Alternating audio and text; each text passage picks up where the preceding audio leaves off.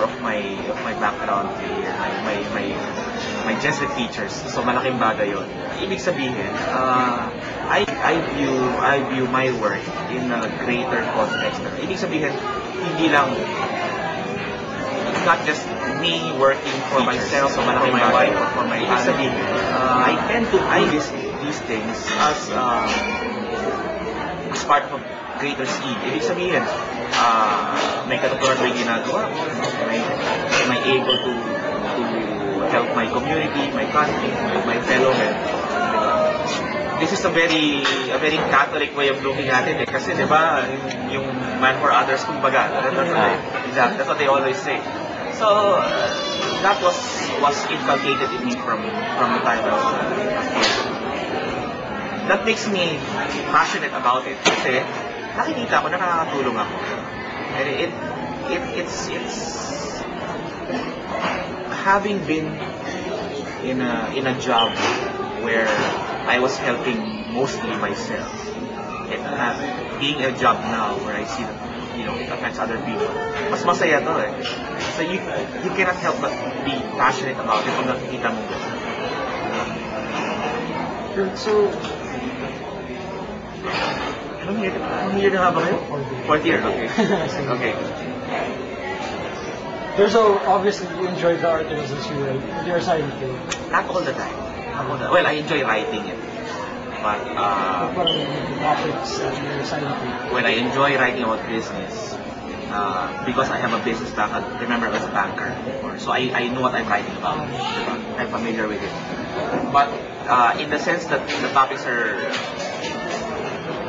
enjoyable, not all the time. Kasi, often, I'm writing about people who are being scammed, people who are being fooled by others, people who lose their money. Diba? Medyo mahirap yun. And for example, there was a time back in year 2000, 8 years ago, 7 years ago, roughly. But there was this bank. It doesn't exist anymore. It's called Urban Bank. Okay? We found out that it was basically doing business in a wrong way. There were mistakes being made. So my dilemma then was, should I write this? Pag sinulat ko to, magsasara itong bangko na to. If this bank closes, a lot of people with money in the bank will lose their money. So, it was a very difficult decision because you had all these widows and orphans, all these people with their retirement money in the bank. And you had to weigh that with the other good of protecting the financial system, protecting people who may yet be fooled. Mahirap eh. So, when I decided to write about it, true enough, within the next few days, sarado yung bangko.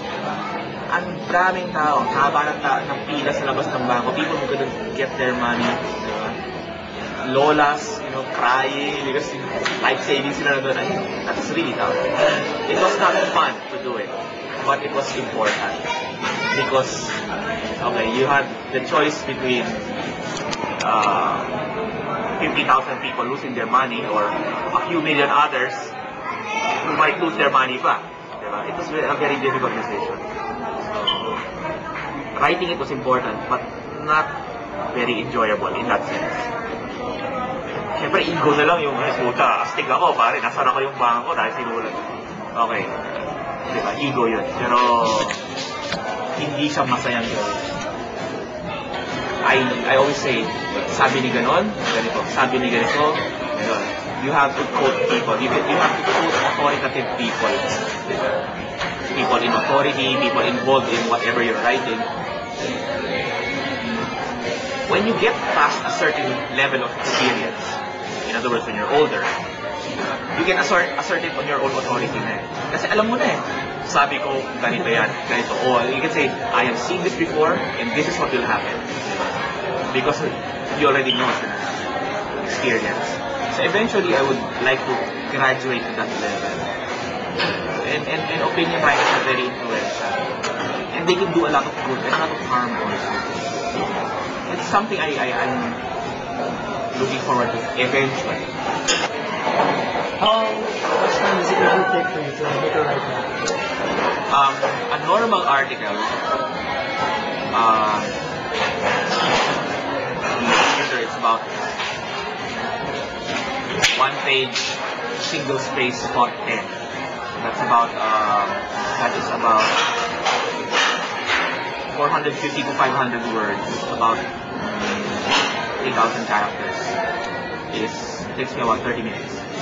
30 minutes, so Ano yan, mabilis yun kasi sanay ka na eh. I mean, once you get used to it. People, the newer writers take about an hour and a half for an article of that length. okay, when you started.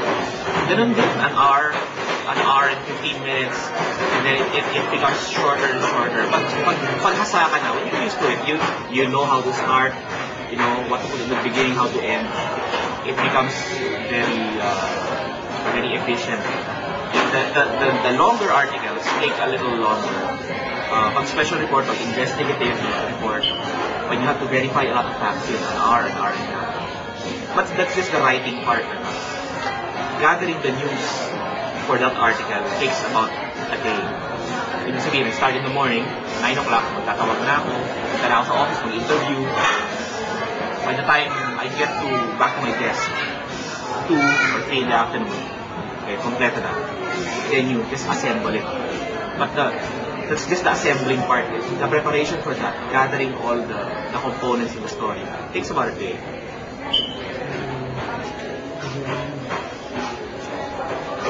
What do you feel about the awards given to you for the things that you Flattering. Okay, like I said, it's always good to be appreciated. It is good to be appreciated. It's fun to be appreciated by the public, but it is also very, it feels even better when you are appreciated by your peers. Ibig sabihin, for example, okay, if you're a basketball player at hinahangaan ka ng mga audience, okay, that's one thing. Pag basketball player ka, hinahangaan ka ng kalaro mo, astig ka talaga because they know what they're talking about, they know what this is about. And whenever I get this kind of recognition from my peers, whether it's in the office or within the industry, okay, especially kung rivals ang bibigay sa ng award, masaya siya kasi ibig sabihin they recognize that you're competent. Good. It's a notch higher. Nakakaba ng focus.